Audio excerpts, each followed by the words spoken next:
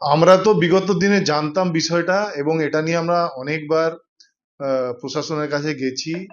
আমরা থানায়ও জানিয়েছি, বিডিওকেও জানিয়েছিলাম, ডিএম সাহেবকেও জানিয়েছি, কিন্তু তখন তৃণমূলের সরকার, আপনি জানেন, এরা গরিব মানুষ সহ এরকম দেবত্ব সম্পত্তি, অনেক সরকারি সম্পত্তি, কয়েকদিন আগে আপনি দেখলেন কুমারগঞ্জে আমরা দেখলাম সেখানকার তৃণমূলের নেতা মোহাম্মদ প্রাইমারি স্কুলের জায়গা দখল করে রেখেছে। জোড়া অভিযোগ তৃণমূল বিধায়কের বিরুদ্ধে। মালতীপুরের তৃণমূল বিধায়ক আব্দুর রহিম বক্সির বিরুদ্ধে জমি দখলের অভিযোগ।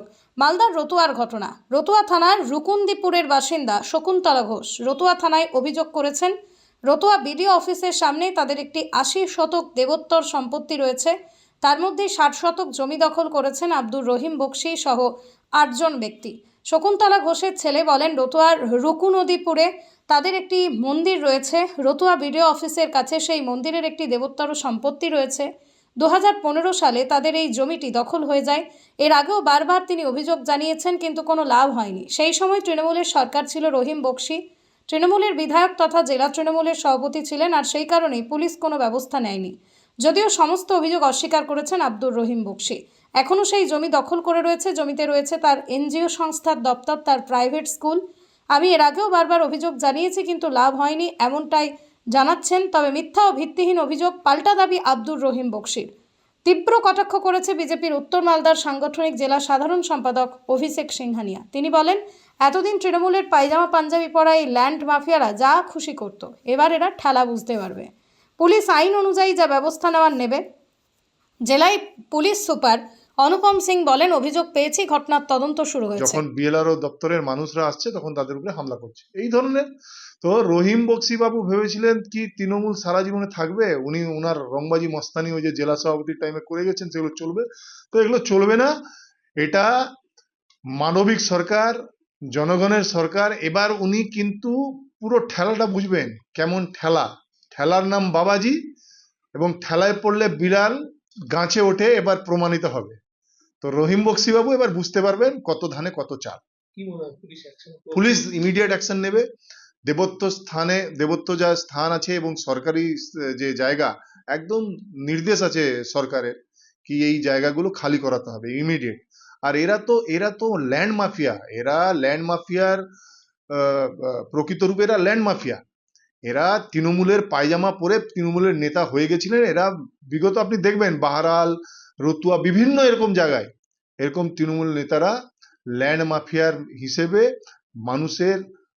মানুষকে ভয় ভীতি, পুলিশের ভয় দেখিয়ে জায়গা জমি দখল করেছে।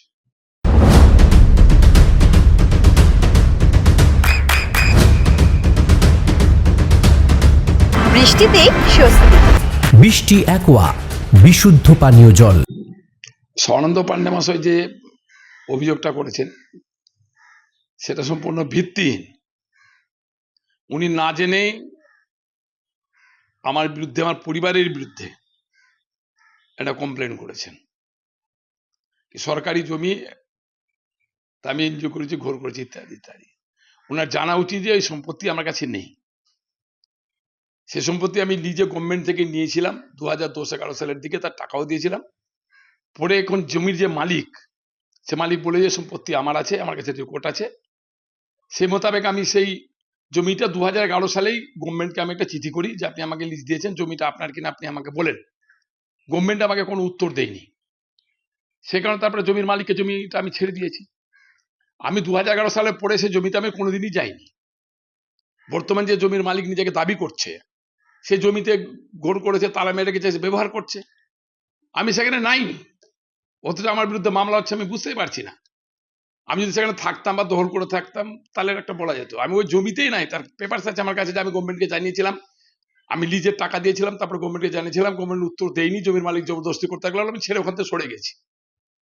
স্বর্ণানন্দ পাণ্ডের এই অভিযোগটা সম্পূর্ণরূপে ভিত্তিহীন। এখন আমাকে স্বর্ণানন্দ পাণ্ডে যেহেতু আমার সাথে এককালে আরএসপি করতো, আমি আরএসপিটা ছেড়ে দিয়েছিলাম ওর সাথে, পরিকল্পিতভাবে সেটা হয়তো আমাকে আক্রমণ করে একটা চেষ্টা করছে সুযোগ বুঝে নিয়ে। আর দ্বিতীয় যে মামলাটা কথা বলা হচ্ছে যে দেবত্ব সম্পত্তির, আমি সে সম্পত্তি জবরদস্তি দখল করে নিয়েছি, এটাও সম্পূর্ণ ভিত্তিহীন। এই সম্পত্তির রেকর্ড মূলে এখানে যাদের যাদের নামে এফআইআর আছে 7-8 জন নামে, তার সকলের কাছে বিক্রি করা হয়েছে। যিনি বিক্রি করেছেন তিনি কি মূল্যে বিক্রি করেছেন রেকর্ড থেকে সবাই কিনেছে, বাড়ি করেছে, কেউ জনের 2 তলা 3 তলা বাড়ি আছে, আবার একজন বাড়ি করে সেখানে আইসিডি সরকারি অফিসে ভাড়াও দিয়ে দিচ্ছেন, সেখানে ভাড়াও চলছে।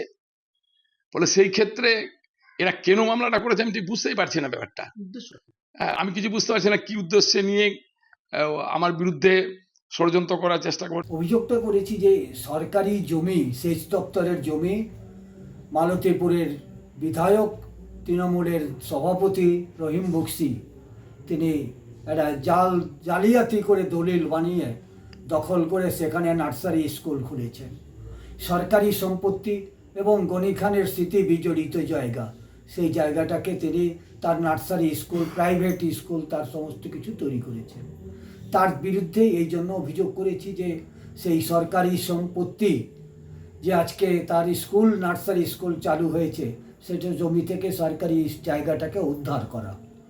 এবং সরকারি জমি উদ্ধারের জন্য আমি যখন তৃণমূলের সরকার ছিল, মমতা বন্দ্যোপাধ্যায় থেকে আরম্ভ করে অভিষেক বন্দ্যোপাধ্যায় এবং তখন তদানীন্তন সেচমন্ত্রী মানস ভূঁইয়া, সাবিনা ইয়াসমিন, সবার কাছে গেছি, সবাইকে অভিযোগ জানিয়েছি, তারা কোনো ব্যবস্থা নেননি। এবং এই গভর্নমেন্ট আসার পর আমি আবার শুভেন্দু অধিকারী এবং আমাদের সেচ দপ্তরের যিনি এখানে মন্ত্রী আছেন জুয়েল মুর্মু, যে ডিস্ট্রিক্ট ম্যাজিস্ট্রেট, এসপি, এবং এসপিকে করার পরেও দেখছি কোনো অ্যাকশান হচ্ছে না। তখন এই লাস্ট গত 24 তারিখে গিয়ে রতুয়া থানাতে আমি অভিযোগ দায়ের করেছি। এবং অভিযোগ দায়ের করার পরেই আমি শুনেছি যে এফআইআর হয়েছে। তিনি আইসি আমাকে বললেন এফআইআর হবে। তো আমরা এই চাই যে এই যে জমি যেভাবে জালিয়াতি করে রহিম বক্সি দখল করেছেন, নার্সারি স্কুল খুলেছেন, আপনারা দেখবেন ওখানে বিশাল কনস্ট্রাকশান চলছে, একটা বেআইনিভাবে সরকারি জমিতে কনস্ট্রাকশন চলছে। সেই জমি থেকে যাতে তাকে জমিটা উদ্ধার করা যায় এবং যারা এই জালিয়াতি কাজের সঙ্গে যুক্ত তাদের বিরুদ্ধে আইনানুগ ব্যবস্থা নেওয়া হয়,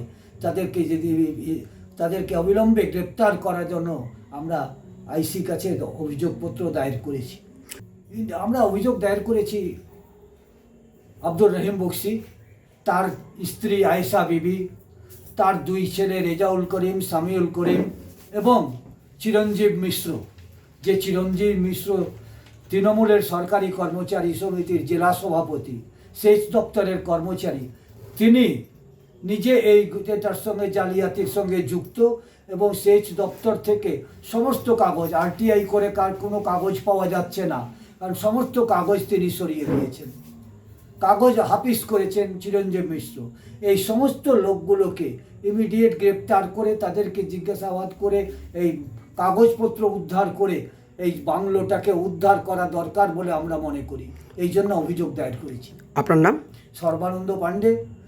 আর আমরা তো বিগত দিনে জানতাম বিষয়টা এবং এটা নিয়ে আমরা অনেকবার প্রশাসনের কাছে গেছি, আমরা থানায়ও জানিয়েছি, বিডিওকেও জানিয়েছিলাম, ডিএম সাহেবকেও জানিয়েছি, কিন্তু তখন তৃণমূলের সরকার, আপনি জানেন, এরা গরিব মানুষ সহ এরকম দেবত্ব সম্পত্তি, অনেক সরকারি সম্পত্তি, কয়েকদিন আগে আপনি দেখলেন কুমারগঞ্জে আমরা দেখলাম সেখানকার তৃণমূলের নেতা মোহাম্মদ প্রাইমারি স্কুলের জায়গা দখল করে রেখেছে।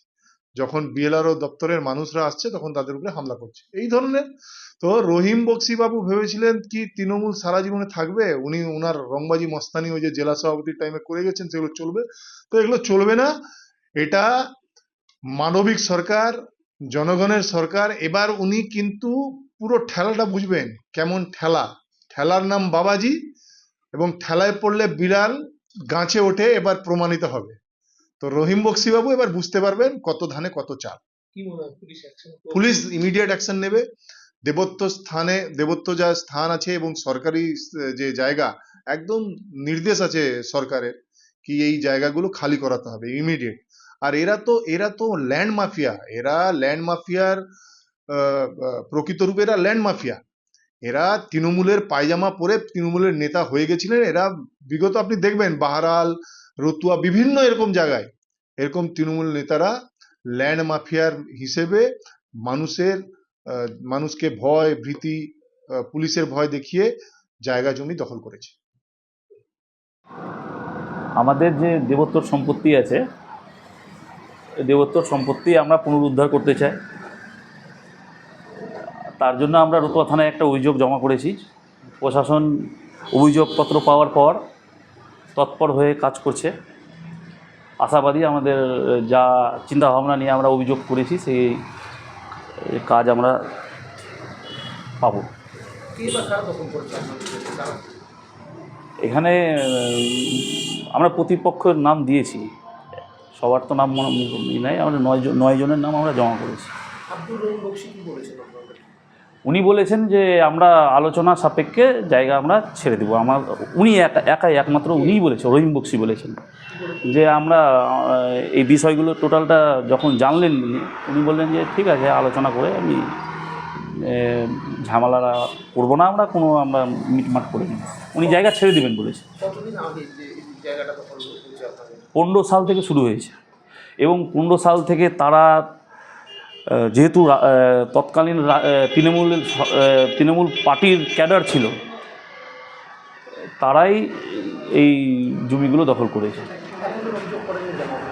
জানতাম, প্রচুর অভিযোগ করেছি। আমার কাছে মোটামুটি অভিযোগ, রতুয়া থানার অভিযোগ আমার কাছে 10টা হবে, কোনো কাজ হয়নি। বিশ্বাস করছি যে আমাদের সম্পত্তি উদ্ধার হবে, এটা আমাদের ভরসা আছে। সরকারের উপরে ভরসা আছে, আইনের উপরে ভরসা আছে। হ্যাঁ, এই 60% মতো। এবং একটা আমাদের যে মার্কেট নিয়ে একটা সমস্যা চলছে, উনি আমাকে প্রাণনাশেরও হুমকি দিচ্ছে কন্টিনিউ। না, 2 নম্বর প্রতিপক্ষ থেকে 5 নম্বর প্রতিপক্ষ, তারা এখনও বর্তমানে কন্টিনিউ প্রাণনাশের হুমকি দিয়ে চলে যাচ্ছে। এই সরকার পরিবর্তন হওয়ার পরে এত সাহস পাই কী করে, সেটাও একটা ভাবার বিষয় আছে। আমি পুলিশকে জানিয়েছি ব্যাপারটা। জয়শঙ্কর ঘোষ। চোখের যত্নে এখন আরও আধুনিক এক ঠিকানা, স্বদেশ আই হসপিটাল, চাকদহ। চোখের বিস্তারিত পরীক্ষার জন্য রয়েছে উন্নত জাইস ডায়াগনস্টিক প্রযুক্তি। নির্ভুল পরীক্ষার জন্য রয়েছে আধুনিক ব্যবস্থা, পরীক্ষা থেকে চিকিৎসা ও উন্নত পরিকাঠামো। আপনার দৃষ্টির যত্নে স্বদেশ আই হসপিটাল। আমাদের ঠিকানা সুখসাগর রোড, চাকদহ, নদিয়া।